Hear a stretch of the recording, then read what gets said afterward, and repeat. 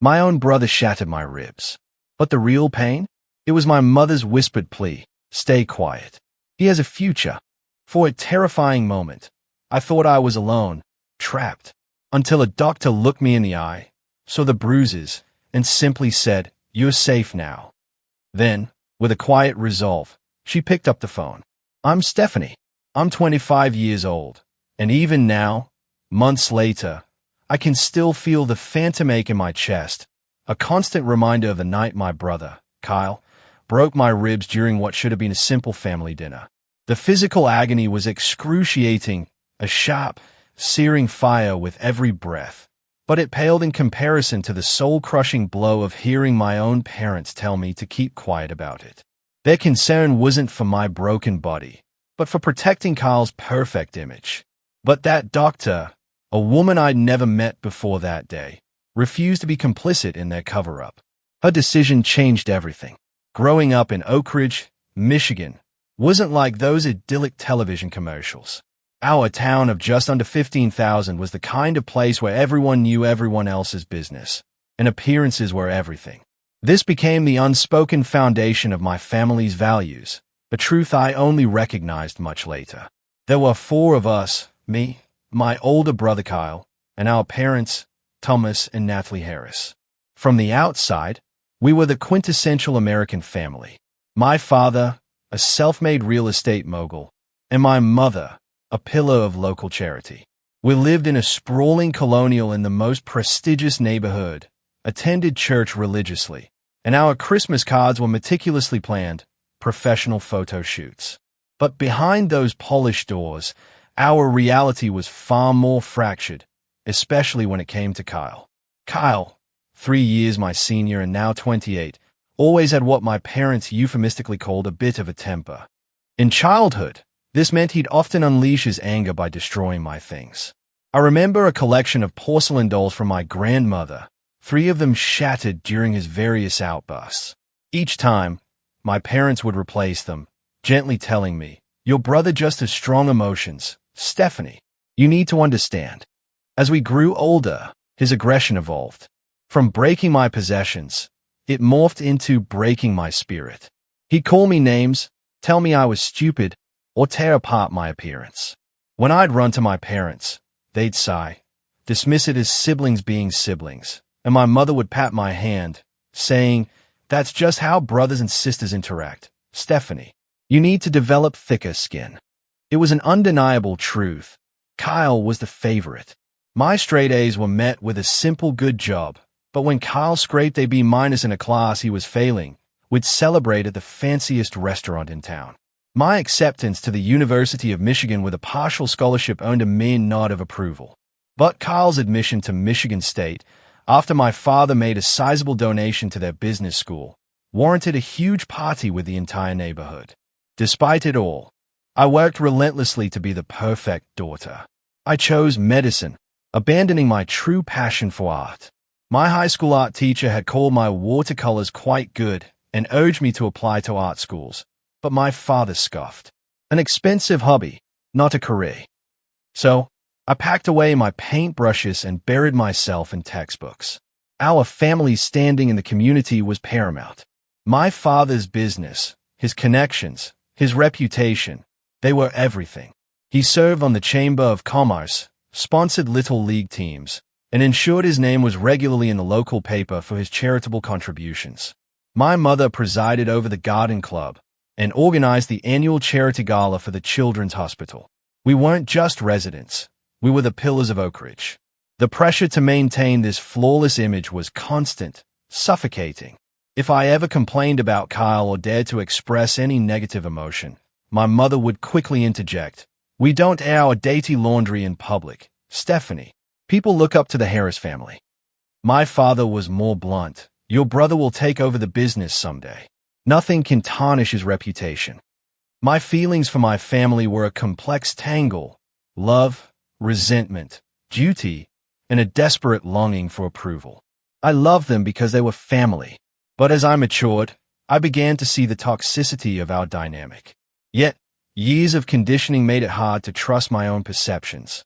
Whenever I felt mistreated, a voice in my head, eerily like my mother's, would whisper that I was being too sensitive, too selfish.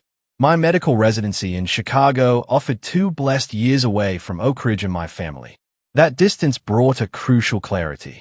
With the help of a therapist, who I told my parents was just a stress management counselor, I slowly started to understand that my family's behavior was neither normal nor healthy. But then residency ended, and an opportunity arose back in Oak Ridge. Despite my gut feeling, I took it. Rationally, it made sense. Loan forgiveness for my considerable medical school debt. Emotionally, I was still chasing their approval, clinging to a fragile hope that our relationship could improve. When I moved back 3 months ago, the warning signs were immediate and stark. At my welcome home dinner, Kyle monopolized the conversation with stories of his recent promotion at Dad's company. When I tried to share an interesting case from my residency, my mother cut me off, asking if I'd met any suitable young men in Chicago. I saw those red flags, clear as day, but I deliberately chose to ignore them. I told myself things would be different now that I was an adult, a doctor with a career of my own. I was wrong. So, incredibly wrong. The evening that shattered everything was meant to be a celebration of Kyle's promotion to Vice President of Operations. My mother had spent days preparing, cooking all his favorite dishes, decorating the dining room with congratulatory banners. I arrived early to help set the table, hoping that contributing would somehow make me feel more a part of the family festivities. I'd even picked up a bottle of Kyle's favorite whiskey as a gift, stretching my already tight budget that month. I just wanted the night to go well. I desperately wanted to believe we could finally be a normal, loving family, now that we were all grown. It started pleasantly enough. My father uncorked an expensive bottle of wine, and my mother served her famous beef Wellington. Kyle seemed in good spirits, accepting compliments with his characteristic confidence, which always teetered on arrogance. He was already on his second glass of whiskey when we sat down to dinner, but that wasn't unusual for him. To Kyle, my father toasted, raising his glass, following in my footsteps and exceeding even my expectations. Harris Development will be in good hands with you at the helm someday. We all clinked glasses, and I offered my own congratulations. The company's lucky to have you, Kyle. Your clients at the Riverside project seemed really happy with your work. Kyle nodded, accepting the praise. Damn right they are. I turned that project around after Jackson nearly tanked it. The conversation flowed smoothly through the main course. My mother even asked about my new position, though her interest felt perfunctory at best. Kyle, already on his third whiskey, then started talking about his girlfriend, Megan, who he'd been dating for about 6 months. We're talking about moving in together, he announced. Her lease is up next month, and it doesn't make sense to renew when she spends most nights at my place anyway. That's wonderful, dear, my mother said, though I noticed a slight tightening around her eyes. She'd always been quite traditional about couples living together before marriage. Megan's great, I said, genuinely meaning it. I met her a few times and found her intelligent and kind. She mentioned last time I saw her that she's hoping we'll come to her family's lake house this summer. Kyle's expression darkened, almost imperceptibly. When did you talk to Megan? He asked, his tone suddenly sharper. We ran into each other at the grocery store last week, I explained, confused by his sudden shift. We chatted for a few minutes. She's really nice. What else did she say? Kyle's voice had an undeniable edge now. I shrugged, still not understanding. Nothing much. She mentioned something about Dad's fishing boat needing repairs before you visit. She should keep her mouth shut about my family. Kyle snapped, cutting me off. The table fell silent. My mother looked down at her plate, while my father cleared his throat uncomfortably. Kyle, I said carefully, she didn't say anything bad. She was just making conversation. Last month, she had the nerve to say our family is intense after Sunday dinner. Kyle said, his voice rising, like her family is so perfect, with her alcoholic uncle and shoplifting sister. I'm sure she didn't mean anything by it. My mother interjected, clearly trying to diffuse the situation, but Kyle wasn't listening. The alcohol had clearly lowered his inhibitions, and he was fixating on a perceived criticism. And now she's talking about us to you behind my back. It wasn't like that at all, I protested. It was just friendly conversation, right? Kyle scoffed. Always so perfect, aren't you? Stephanie, the doctor, the good daughter, everyone's favorite. I almost laughed at the bitter irony of him calling me the favorite, but I knew better than to point out the obvious. Kyle, I think you're misunderstanding. Don't tell me what I understand. He slammed his glass down, whiskey slushing onto the pristine white tablecloth. My mother flinched, but said nothing. My father finally spoke up, his voice strained. Son, let's dial it back. This is supposed to be a celebration. Kyle stood up abruptly, his chair scraping loudly against the hardwood floor. I need some A. He stormed out of the dining room toward the kitchen. After an uncomfortable silence, my mother suggested we move to dessert. I offered to help clear the plates, using it as an excuse to check on Kyle and hopefully smooth things over. I found him in the kitchen, pouring another generous helping of whiskey. Kyle, I'm sorry if I upset you, I said quietly, placing the stack of dinner plates on the counter. That wasn't my intention. He turned to face me, his eyes bloodshot, simmering with resentment. You always do this, acting all innocent while stirring up trouble. That's not fair, I protested, my own frustration finally bubbling up. I was just making conversation about Megan. I like her. Well, keep your nose out of my relationship, he snapped, taking a step closer. And stop trying to buddy up to my girlfriend to get dote on me. That's not what happened at all, I said, disbelief coloring my voice. Why would I do that? Because you've always been jealous of me, he said, taking another step. Dad's company, Mom's attention, everything. You can't stand that I'm successful while you're still paying off student loans. His words stung, not because they were true, but because there was such a complete inversion of our family's reality that I couldn't help but let out a short, disbelieving laugh. Are you serious right now? That laugh was the match to gasoline. Kyle's face contorted with pure rage. Don't you dare laugh at me. Before I could react, he shoved me hard. I stumbled backward, the small of my back hitting the sharp, unforgiving corner of the granite kitchen island. The impact knocked the wind clean out of me, and I felt a sickening crack in my rib cage. Pain exploded through my torso, a white-hot agony, as I crumpled to the floor, gasping for breath. The commotion brought my parents running into the kitchen. My mother screamed when she saw me on the floor. My father froze in the doorway, his face a mask of shock. What happened? My mother demanded, looking wildly between Kyle and me. She fell, Kyle said immediately, his voice too quick, too loud. She tripped. I couldn't speak through the pain. I could barely breathe. Each desperate attempt to inhale sent jagged shards of agony through my chest. My mother knelt beside me. Stephanie, can you get up, honey? My father finally moved, pulling Kyle away. What did you do? I heard him hiss, his voice low and dangerous. Nothing. She's faking it. Kyle insisted, though the slight tremor in his voice betrayed even he knew that wasn't true. With my mother's help, I managed to sit up, though the movement made me cry out. He pushed me. I finally gasped. I hit the counter. My mother's expression flickered between concern and something else. Calculation. I'm sure it was an accident, she said soothingly, the words ringing hollow. Kyle wouldn't deliberately hurt you. But he had, and it wasn't the first time, just the most serious.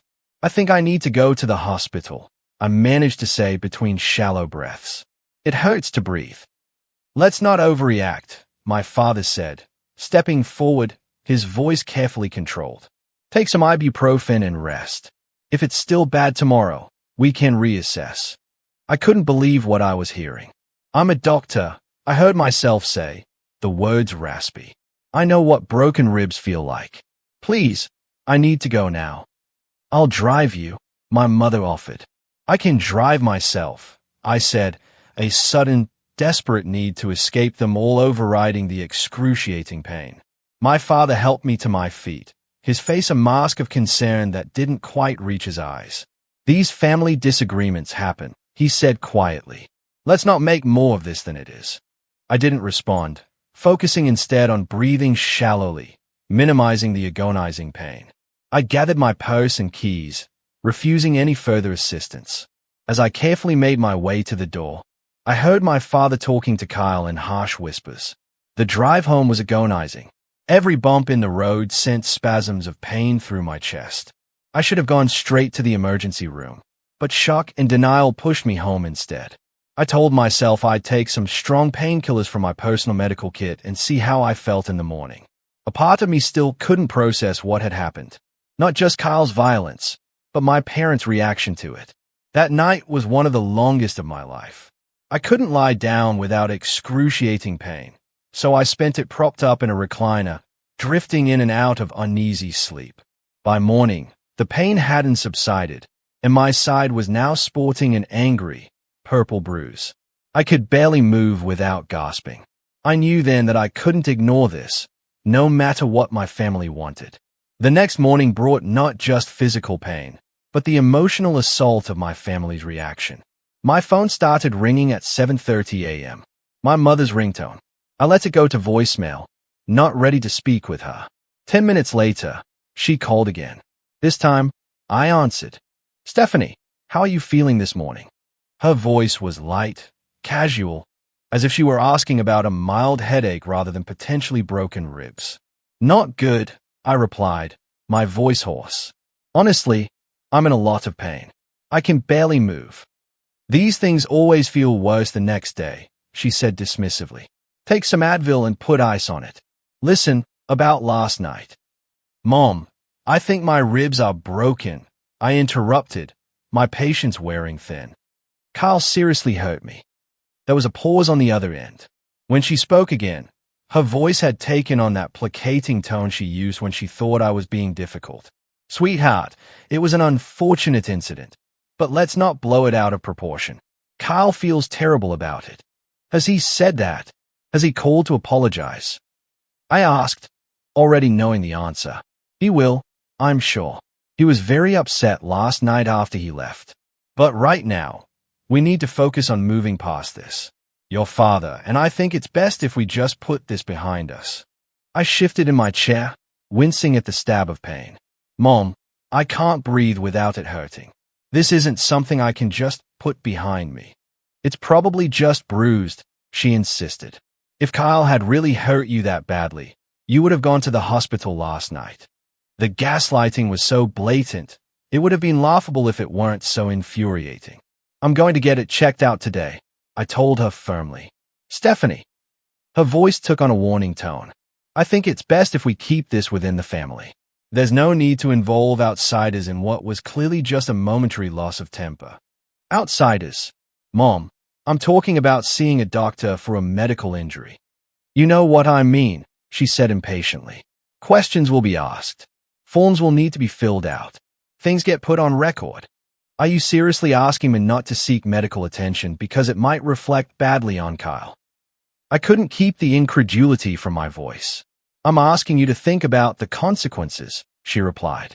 "Your father's business depends on our reputation in this community. Kyle is positioned to take over eventually. A misunderstanding like this could have lasting repercussions." "A misunderstanding?" I echoed. "He shoved me into a counter and broke my ribs. That's not a misunderstanding. That's assault." "Don't use that word," she hissed. "Your brother would never assault you. He had too much to drink, and there was an accident. These things happen in families, Stephanie." Before I could respond, I heard my father's voice in the background asking for the phone. After a moment of muffled conversation, he came on the line. "Stephanie," he said, his business voice in full effect, a chilling calm. "How are you feeling?" "Like Kyle broke my ribs," I replied bluntly. He sighed heavily.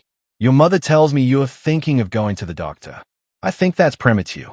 Give it a day or two to see if it improves." "Dad, I'm a doctor. I know what broken ribs feel like." "Then you also know there's not much they can do for ribs anyway." He countered, a hint of irritation in his voice. "They'll just tell you to rest and take pain medication, which you can do at home." He wasn't entirely wrong, but that wasn't the point. "I need an x-ray to make sure there's no displacement that could puncture a lung. And if you go in, what exactly are you planning to tell them about how this happened?" His tone made it clear this was the real issue. The truth, I said simply. There was a long pause. Stephanie, I want you to think very carefully about what you're doing. Kyle has worked incredibly hard to get where he is. His future at the company, his reputation in the community, these aren't things to jeopardize over a momentary lapse in judgment. So, his future matters, but my broken ribs don't. Don't twist my words, he said sharply. Of course, I care about your health, but there are broader considerations here. Kyle made a mistake, yes, but he doesn't deserve to have his life ruined over it. The conversation continued in this vein for another 10 minutes. My father alternated between minimizing my injury and emphasizing the potential consequences for Kyle and the family's reputation. By the time we hung up, his message was crystal clear. My pain and health was secondary to protecting Kyle and the family image. Less than an hour later, my phone pinged with a text from my mother, sending a little something to help you feel better. Love you. By noon, a delivery person arrived with an elaborate gift basket containing pain relievers, a heating pad, luxury bath products, and my favorite chocolates. The card read, "Rest and recover. Family always comes first. Love, Mom and Dad." The gift felt like a bribe, a blatant attempt to buy my silence. I set it aside, unable to even look at it without feeling sick. Throughout the day, the calls continued. My mother checked in hourly, each conversation circling back to keeping the incident in the family. My father called twice more, his approach becoming increasingly forceful, reminding me of family loyalty and perspective. Around 4 in the afternoon, Kyle finally called. I almost didn't answer, but a part of me, a small, hopeful part, wanted to hear what he had to say for himself. "Hey," he said, his voice uncharacteristically subdued. "Mom said I should call you." No apology, just an admission that he was calling because our mother told him to. And I prompted. "And I guess things got out of hand last night," he continued reluctantly. "I had a lot to drink." "You broke my ribs, Kyle." "Come on. I barely pushed you," he protested, instantly defensive. "You probably just bruised them when you fell." "I didn't fall. You shoved me into the counter." "Whatever. Look, I'm calling to smooth things over, okay? Mom and Dad are freaking out that you're going to make this into some big deal." I couldn't believe what I was hearing. "It is a big deal. I'm seriously injured." "Yeah. Well, we all have bad days," he said dismissively. "Remember when you crashed my car in high school? I didn't make that into a federal case." The comparison was so absurd, so utterly disconnected from reality, I couldn't even formulate a response. A teenage fender bender versus a grown man violently assaulting his sister? They weren't remotely comparable. "Kyle, I have to go," I said finally. "I have a doctor's appointment." "Stephanie, don't be stupid," he snapped, his conciliatory tone vanishing. "You're going to regret it if you blow this up." Was that a threat? I hung up without responding, my hands shaking with a mixture of pain, anger, and utter disbelief. I called my friend Melanie, one of the few people from high school I'd stayed close with. She'd moved back to Oak Ridge a few years ago after getting divorced and now worked as a teacher at our old school. When I told her what happened, her reaction was everything my family should have been. "Oh my God, Steph, that's terrible. Do you want me to take you to the hospital right now?" Her genuine concern brought tears to my eyes. "I have an appointment with a primary care doctor this afternoon," I told her, "a Dr. Hayes. She had an opening." "I'm coming with you," Melanie insisted. No arguments. "Text me the address and time." "You don't have to do that," I protested weakly, though a part of me desperately craved the support. "Yes, I absolutely do," she said firmly. "And afterward, you're coming to stay with me. You shouldn't be alone right now. By the way, if you're still with me, please make sure to hit that subscribe button. More unbelievable stories and moments of truth are coming your way."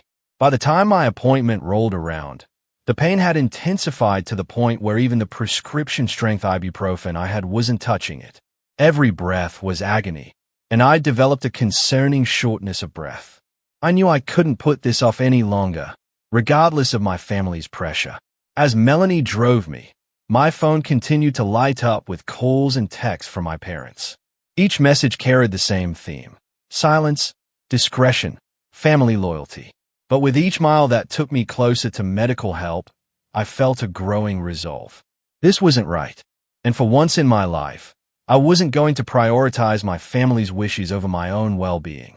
The medical office was housed in a modern building on the outskirts of Oak Ridge, far enough from the center of town that I was unlikely to run into anyone my parents knew. Melanie helped me from the car, supporting me as we slowly made our way inside. The receptionist looked concerned when she saw me wincing with each careful step. "Dr. Hayes will be with you shortly," she assured me after I'd filled out the intake forms, deliberately leaving blank the section asking how the injury occurred. True to her word, I didn't wait long. Dr. Laura Hayes turned out to be a woman in her early 50s with kind eyes and a no-nonsense demeanor. She reminded me a bit of my favorite professor from medical school. Confident, direct, but with an underlying warmth that put patients at ease. "Dr. Harris," she said, extending her hand as she entered the examination room. "I've heard good things about you from Dr. Patterson at the clinic, though I'm sorry we're meeting under these circumstances." I tried to smile, but it came out as more of a grimace. "Please call me Stephanie, and thank you for fitting me in on short notice." "Of course," she nodded, glancing at my intake forms. "I see you're experiencing chest pain and difficulty breathing. Can you tell me what happened?" This was the moment I'd been dreading. The lifetime of conditioning to protect my family warred with my medical training and the simple human need to tell the truth. "I had an accident," I said vaguely. Dr. Hayes looked at me steadily, her gaze unwavering. "What kind of accident?" "I was pushed and hit a counter," I said, the words coming out in a rush, "with my back, right here." I indicated the area just below my shoulder blade. She nodded, making a note in my chart. "Who pushed you, Stephanie?" I hesitated, then looked down at my hands. "My brother." "I see," she said, her voice neutral, but kind. "Let's take a look at the injury first, and then we can talk more about what happened." The physical examination was thorough but gentle.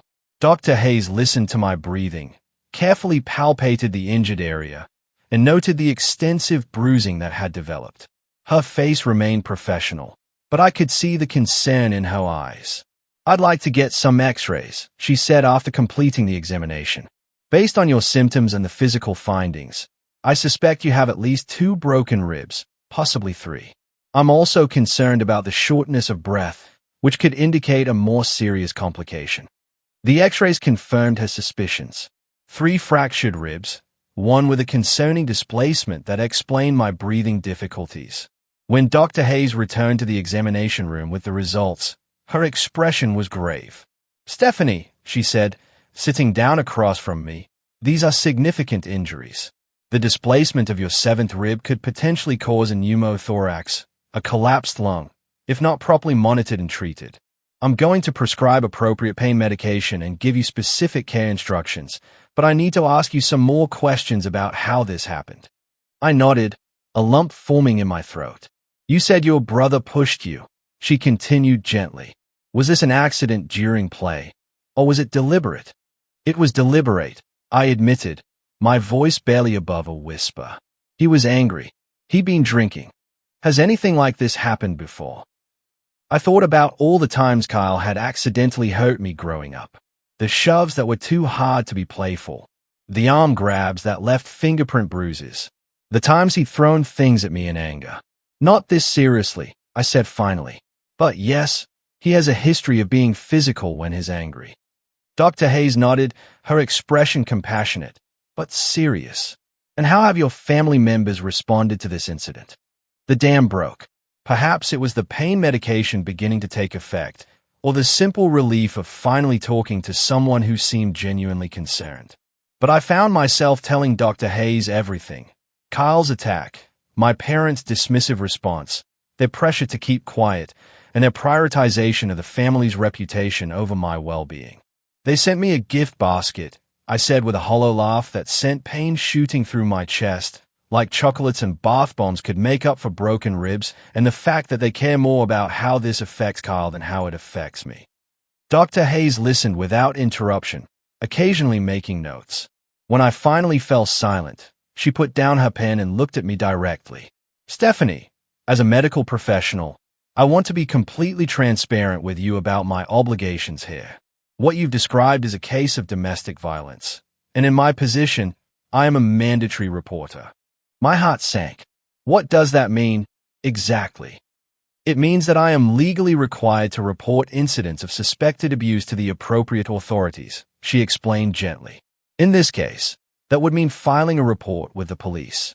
Panic flared in my chest, competing with the pain from my ribs. No, you can't do that. My family would. I trailed off, realizing how telling my immediate response was. Dr. Hayes prompted softly. Be angry? Cut you off. Continue to prioritize your brother's reputation over your safety. It sounded so clear-cut, but decades of family dynamics aren't easily dismissed. You don't understand, I protested weakly. It's complicated. I understand better than you might think, Dr. Hayes said, surprising me with her candor. When I was in my 20s, my father broke my arm during an argument. My mother begged me to tell the doctors I fell down the stairs, and I did because I didn't want to tear our family apart. Her honesty caught me completely off guard. What happened? 2 years later, he put my mother in the hospital with a concussion and broken jaw, she said simply. I've spent the last 30 years wondering if I could have prevented that by speaking up the first time. Her words hit me like a physical blow. Was I enabling Kyle's behavior by staying silent? Would he escalate to hurting someone else in the future? Perhaps Megan, or eventually his own children. I understand this is difficult, Dr. Hayes continued. Family loyalty is deeply ingrained, and the fear of consequences is real. But I want you to consider something. If one of your patients came to you with these exact injuries and this exact story, what would you advise them to do? I knew the answer immediately. As a doctor, I would urge them to report it, to prioritize their safety, to recognize the signs of an abusive relationship. But applying that standard to myself felt impossible. What exactly would happen? I asked finally. If you report it, Dr. Hayes explained the process clearly. Never for me. That's not true, my mother protested. We put you through medical school. Because it looked good to have a doctor in the family, I shot back. Not because you cared about what I wanted. I wanted to study art. Remember? You both laughed at the idea. My father dismissed this with a wave of his hand. This isn't about ancient history. This is about what you're doing right now, which is betraying your family. I'm not betraying anyone. I'm standing up for myself, maybe for the first time. The argument continued in circles, with my parents alternating between guilt-tripping, threatening, and occasionally attempting to cajole me into recanting my story. When it became clear I wouldn't budge, my father played his final card. If you go through with this, you're on your own, he said coldly. Financially, emotionally, in every way. Is that what you want? To lose your family over this? The threat should have terrified me. In many ways, it did. But underneath the fear was a strange sense of clarity. I lost my family the moment you chose to protect Kyle instead of me, I said quietly.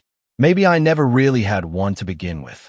My mother began to cry in earnest, while my father's face turned to stone. You'll regret this, he said finally. When the dust settles and you've burned all your bridges, you'll realize what you've thrown away. After they left, I sat on my couch for a long time, trembling with the aftermath of adrenaline. I had stood my ground, but the cost was becoming increasingly clear. My phone pinged with a text from Kyle. Hope you're happy now that Mom's hysterical. Dad says you're dead to him. Good job, sis. The harassment didn't stop there. Over the next few days, Kyle escalated his campaign against me. He posted vague but pointed comments on social media about family traitors and attention-seeking liars. He contacted mutual friends to give them his side of the story, painting me as unstable and vindictive. Most disturbingly, he began spreading rumors at the hospital where I worked, telling people I had fabricated the abuse allegations because I was jealous of his success. Some friends distanced themselves, uncomfortable with being drawn into family drama. Colleagues gave me strange looks in the hallway. Even Melanie, supportive as she was, seemed overwhelmed by the intensity of the situation. I had no idea your family would react like this, she admitted one evening. I mean, I knew they were kind of intense, but this is next level. I nodded, understanding her discomfort. You don't have to keep letting me stay here if it's too much. I can find somewhere else. Don't be ridiculous, she said firmly. I'm not abandoning you. I'm just saying it's a lot, but we'll get through it. Her loyalty meant everything to me, especially as others fell away. My circle was shrinking rapidly, and the pressure was intensifying from all sides. Work became increasingly stressful as I tried to maintain my professional demeanor while dealing with the whispers and the strain of Kyle's smear campaign. The final blow came in the form of an ultimatum delivered via my father's attorney. If I didn't recant my statement to the police and the medical report within 48 hours, my parents would 1. Cut off any remaining financial support, including the help they'd been providing with my student loan payments. 2. Remove me from the family trust. And 3. Publicly disown me as their daughter. The letter concluded with a reminder that they had always been generous and would welcome me back into the family if I came to my senses and fixed the damage I had done. Reading those cold, calculating words, I felt something shift inside me. The fog of doubt and guilt that had clouded my judgment began to clear. This wasn't love. It had never been love. Real families don't threaten and manipulate and enable abuse. Real families protect each other from harm, not inflict it. I sat at Melanie's kitchen table that night, the lawyer's letter spread out before me, and made a decision. I wasn't going to recant. I wasn't going to lie. For perhaps the first time in my life, I was going to stand firmly in my truth, whatever the consequences might be. The next morning, I called Jessica, the domestic violence counselor. I need help, I told her. My family is escalating their pressure, and I don't know what to do next. You're doing exactly the right thing by reaching out, she assured me. Let's talk about some practical steps to protect yourself and build a support system that doesn't include your biological family. That conversation became the first step in my journey toward true independence, not just financially, but emotionally and psychologically as well. It was terrifying to face the future without the family I'd always known. But as I would soon discover, it was also the beginning of a profound liberation. 2 weeks after my appointment with Dr. Hayes, I returned for a follow-up. The physical healing had begun. The pain was more manageable, and my breathing had improved. But emotionally, I was still raw and vulnerable. How are you holding up? Dr. Hayes asked after examining my ribs and confirming they were healing properly. Physically better, I admitted. The rest, it's complicated. She nodded understanding. Family trauma usually is. Have you been in touch with Jessica? Yes, she's been incredibly helpful. This was an understatement. Jessica had become my lifeline, helping me navigate not just the legal aspects of my situation, but also the emotional minefield of family estrangement. She suggested I join a support group for family abuse survivors. I went to my first meeting yesterday. That's excellent, Dr. Hayes said approvingly. How did it go? It was intense, but good. For the first time, I was in a room full of people who completely understood what I'm going through. No judgment, no questions about why I didn't just work it out with my family. Dr. Hayes smiled. That kind of validation can be incredibly healing. I still remember my first support group meeting after my own experience. It was like finally being able to breathe after holding my breath for years. Exactly, I agreed. One woman there, Alicia, had a similar experience with her older sister. Her parents also chose the abuser over her. Hearing her story made me feel less alone, less crazy for standing my ground. You're definitely not crazy, Dr. Hayes assured me. What you're doing takes tremendous courage. Not many people have the strength to break generational patterns of abuse and enablement. Our conversation shifted to my physical recovery and plans for returning to work. Before I left, Dr. Hayes handed me a card. I don't normally do this with patients, but given the circumstances, I want you to have my personal cell number. If you ever need medical advice or just someone to talk to who understands, please don't hesitate to call. Her kindness brought tears to my eyes. Thank you for everything. I don't know what I would have done if I'd seen a different doctor that day. You would have found your way, she said confidently. You're stronger than you realize, Stephanie. With Jessica's guidance, I began building a support network outside my biological family. Melanie remained steadfast, offering not just her guest room, but her unwavering belief in me. Alicia from the support group became a true friend, our shared experiences creating an instant bond. And to my surprise, my Aunt Barbara reached out again. "I've been wanting to reconnect with you for years," she told me when we met for coffee. "A report would be filed, and the police would likely want to interview you. You would have the option to press charges against Kyle, though the prosecutor could potentially proceed even without your cooperation based on the medical evidence.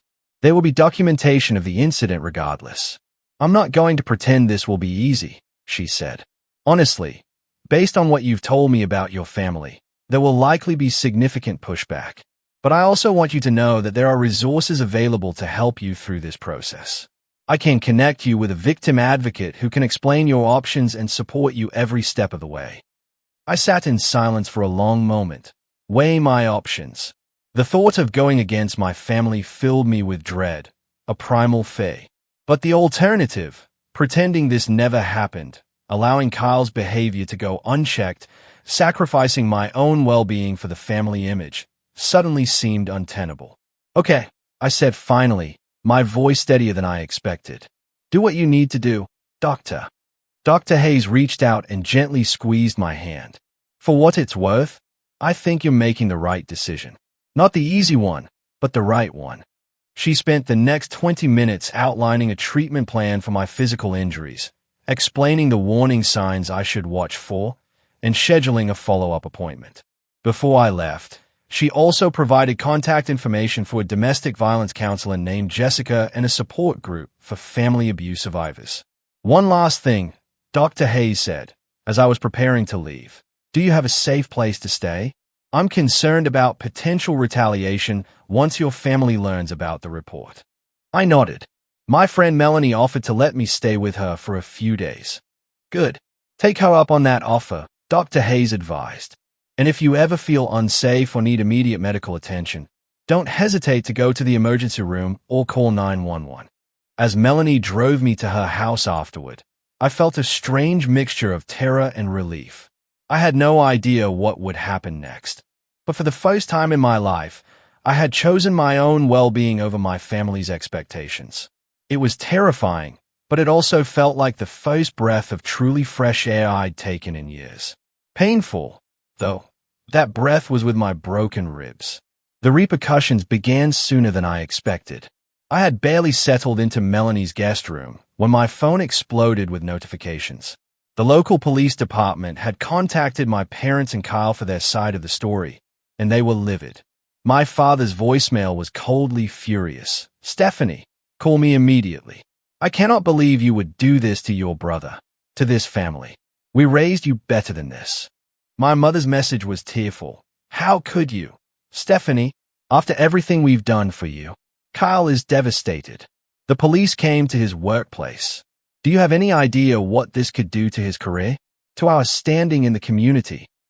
Kyle's text was more direct. "Thanks for nothing. Hope you're happy now that you've ruined everything." I turned off my phone, unable to deal with the barrage. Melanie brought me tea and sat with me while I cried, not from the physical pain, but from the emotional onslaught. How had I become the villain in this story? Why was I the one who had ruined everything when Kyle was the one who had committed violence?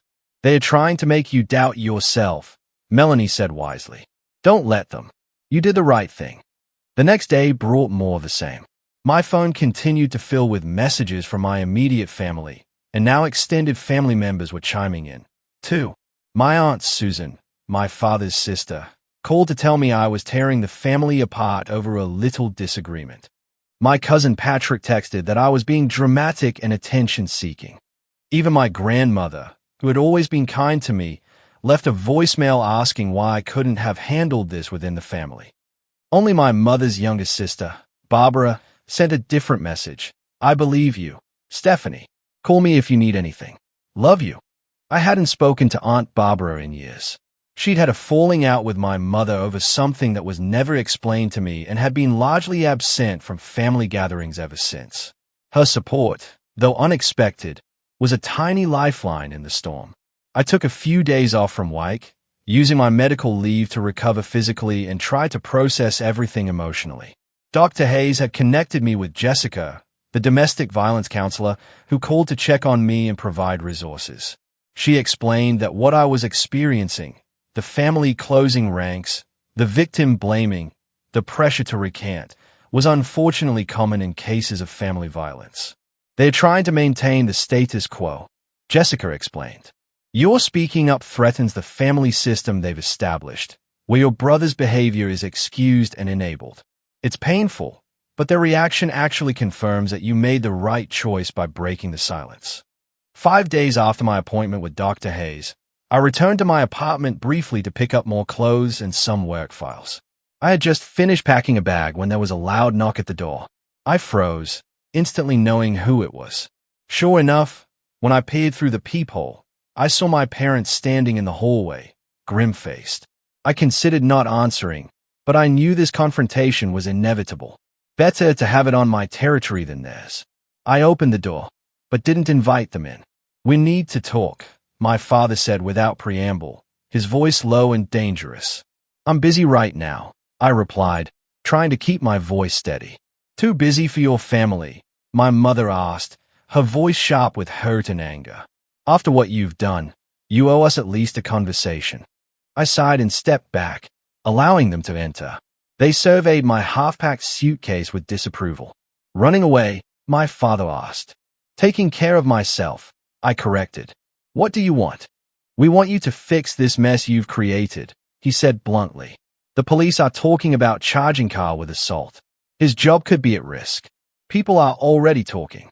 I didn't create this mess, I said, a spark of anger cutting through my anxiety. Carl did when he broke my ribs. It was an accident, my mother insisted. He pushed you. Yes, but he didn't mean for you to get hurt like that. He's 28 years old, Mom. He doesn't get to hide behind he didn't mean it anymore. And it wasn't an accident. He deliberately shoved me because he was angry. My father stepped closer, his imposing height meant to intimidate, as it had so many times in my childhood. Stephanie, you need to tell the police you want to drop this. Say you exaggerated, that you misunderstood what happened. I can't do that, I said, taking a step back. It would be lying. So, you'd rather destroy your brother's life over one mistake. My mother's voice broke with emotion. What kind of sister does that make you? What kind of brother breaks his sister's ribs and then calls her a liar for seeking medical help?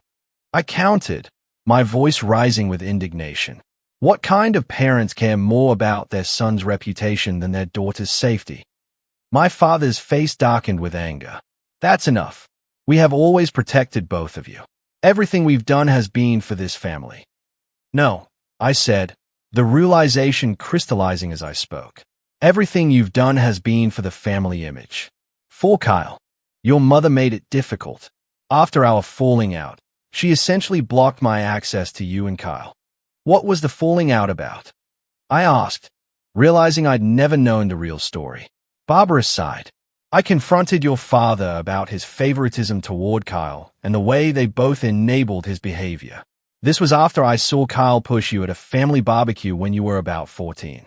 You fell and scraped your hands badly. Do you remember? I did remember. Kyle had been angry because I'd beaten him at a lawn game in front of his friends. My parents had laughed it off as siblings being competitive. Your mother accused me of trying to cause trouble in the family, Barbara continued. Said I was jealous because I didn't have children of my own. After that, I was gradually excluded from family events, but I always worried about you. Having Barbara back in my life was like discovering a piece of myself I hadn't known was missing.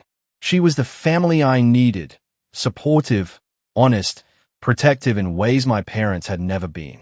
Through her, I connected with cousins I'd barely known growing up, discovering relationships untainted by the toxic dynamics that had poisoned my immediate family.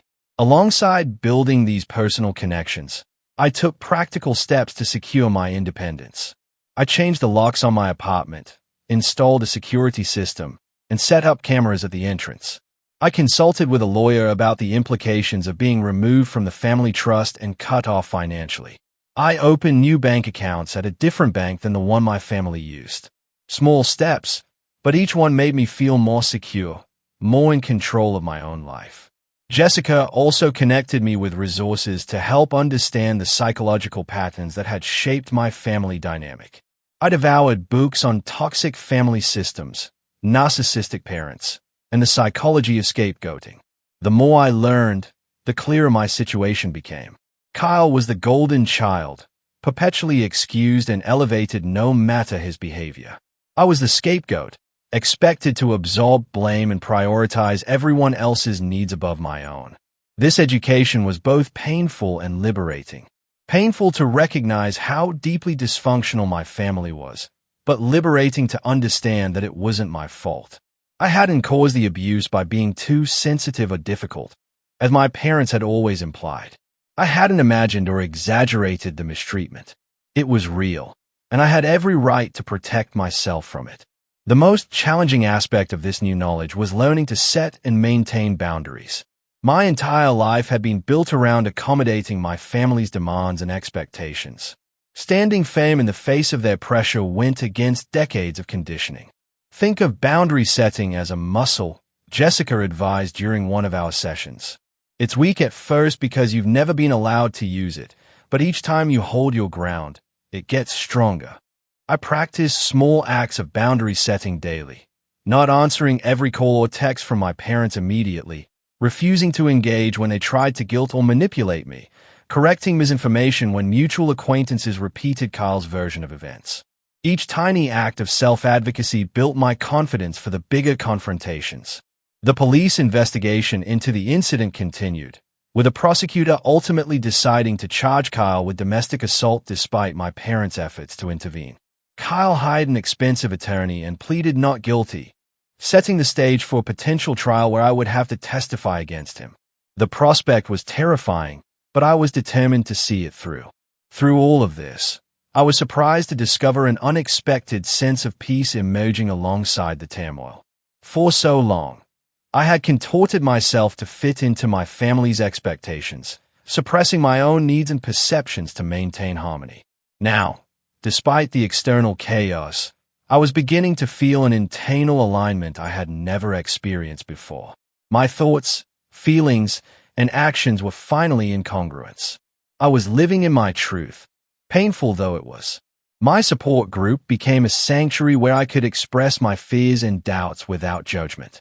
During one particularly difficult session, after receiving a scathing email from my father, I broke down. Sometimes I wonder if it would have been easier to just stay silent. I admitted through tears, to just take the pain and keep the peace, like I always have. Easier in the short term, maybe, Alicia said gently. But that kind of silence eats away at your soul. Trust me, I tried it for years. An older woman named Ruth nodded in agreement. I stayed silent about my brother's abuse for 40 years. By the time I finally spoke up, I'd lost myself so completely, I didn't know who I was anymore. You're doing the hard work now, but you're saving yourself decades of invisible pain. Their words stayed with me, a talisman against the doubt that still sometimes crept in during weak moments. I was doing the hard work now. I was breaking a cycle that could have continued for generations. I was choosing truth over comfortable lies, health over dysfunction, reality over illusion. 6 weeks after the incident, I felt strong enough to return to my own apartment full-time. Melanie helped me sage the space, a ritual cleansing she swore by, and we rearranged the furniture to create a fresh start. My parents' gift basket had long since been donated to a women's shelter, removing that symbol of their manipulative support. That night, alone in my own space for the first time since everything had happened, I took out my watercolors, unused since college, and began to paint. The image that emerged wasn't planned, a small bird with a broken wing, but surrounded by light, beginning to heal. As I lost myself in the creative process that had once been my passion, I felt something shifting, opening, releasing within me. I was not just surviving this ordeal. In some profound way, I was being transformed by it. 6 months passed, bringing changes I could never have anticipated when I first sat in Dr. Hayes' examination room with broken ribs and a broken heart. The physical healing was complete. My ribs had mended without complications, leaving only the faintest ache during changes in weather, a gentle reminder of the injury. The emotional healing was an ongoing process, but one marked by remarkable progress. I had moved to a different neighborhood, a small but significant act of reclaiming my independence. My new apartment was brighter, with large windows that flooded the space with natural light, and a spare bedroom I had converted into an art studio. Paintings in various stages of completion lined the walls, evidence of my rekindled passion for creating. Throughout these months, my family situation had evolved in painful but necessary ways.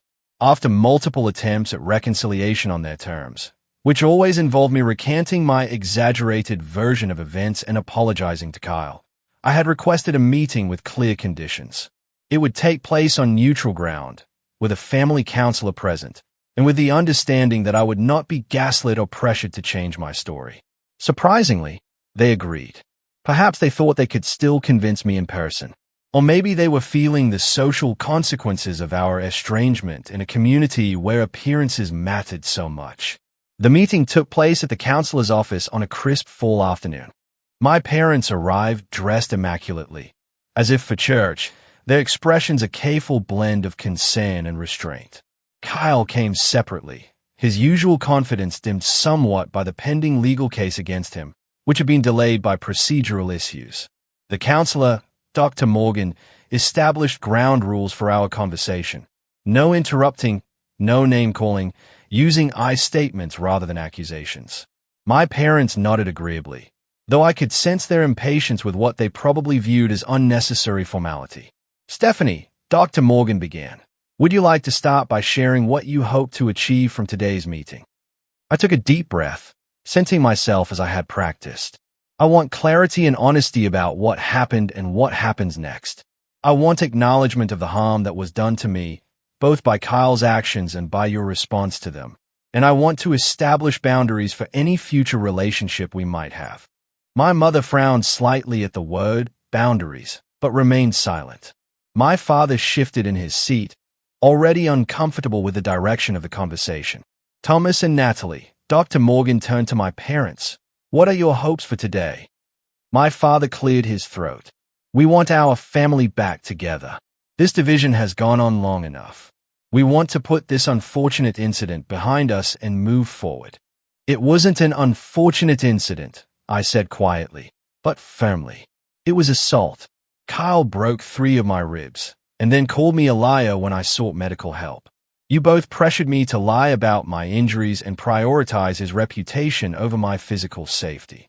"Stephanie, you know that's not how it happened," my mother began, her voice taking on the placating tone I'd grown to recognize as the prelude to gaslighting. "Actually, Mom, that is exactly how it happened," I countered, meeting her gaze directly. "And this pattern of denying reality is precisely why we're sitting here today."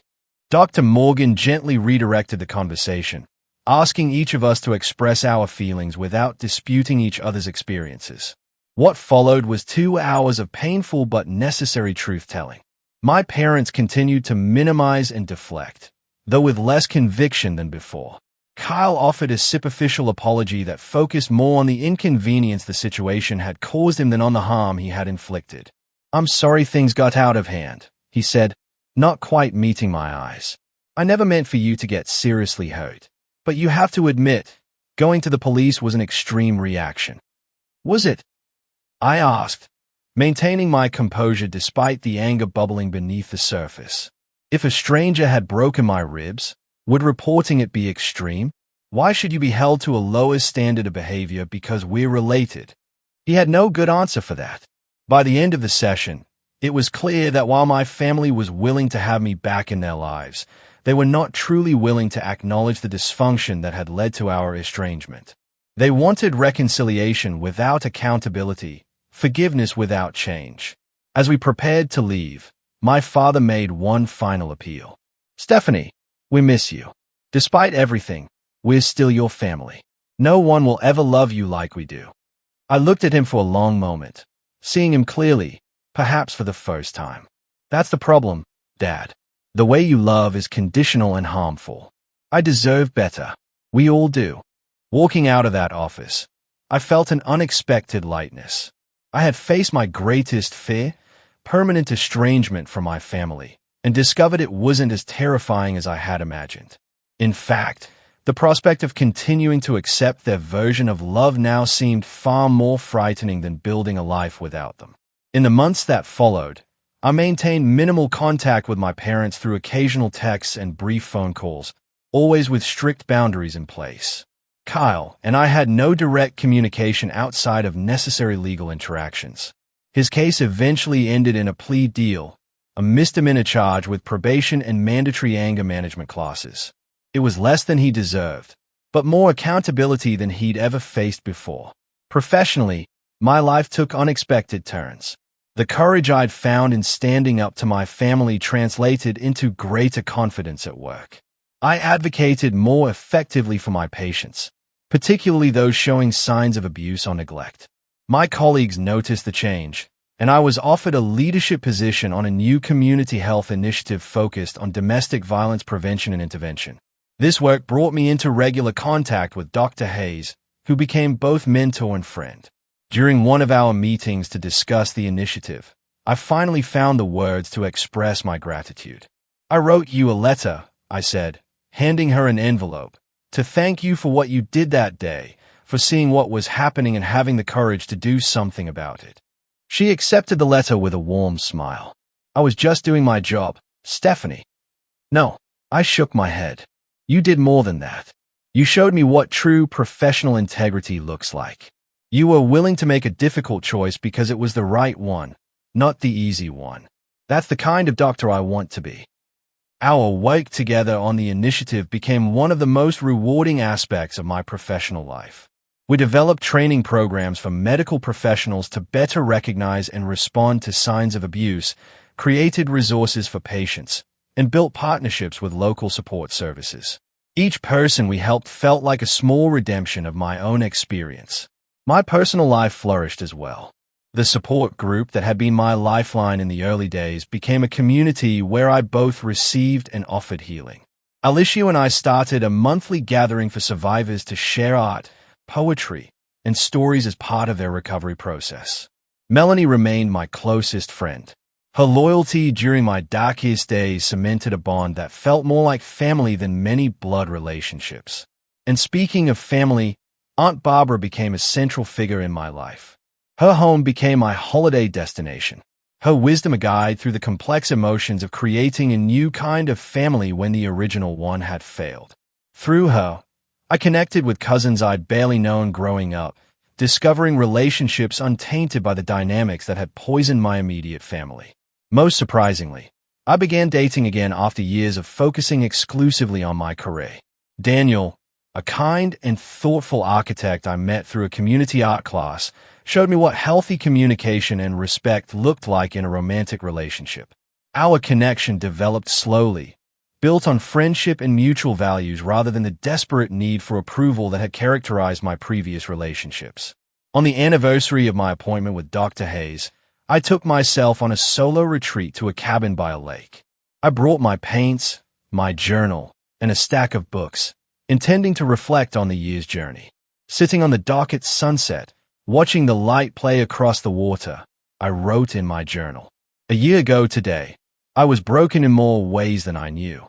My ribs were fractured, but so was my sense of self, my understanding of love, my belief in my own perceptions. I thought speaking the truth would destroy me, that I couldn't survive without the family that had both shaped and distorted me. I was wrong. The truth didn't destroy me. It rebuilt me, stronger than before. I learned that real love doesn't demand silence about abuse. Real family, whether bound by blood or by choice, lifts you up rather than holding you down. Real strength isn't enduring mistreatment. It's having the courage to say no more. I don't know what the future holds. The relationship with my parents remains complicated and limited. Kyle and I may never reconcile. There are still days of grief and doubt. But for the first time in my life, I'm building a foundation based on truth rather than pretense. On authentic connection rather than obligation. On self-respect rather than self-sacrifice. That feels like victory. That feels like healing. That feels like home. As I sit here writing this, I wonder how many of you have faced similar crossroads in your own families. Have you ever had to choose between peace and truth, between family loyalty and self-preservation? I'd love to hear your stories in the comments below. If my experience has helped even one person feel less alone or more empowered to seek help, then sharing it has been worthwhile. Please like this video if it resonated with you. Subscribe for more stories of healing and transformation, and share it with someone who might need to hear that they deserve better. Remember, sometimes the family we create is more healing than the one we were born into. Thank you for listening. Take care. Good luck.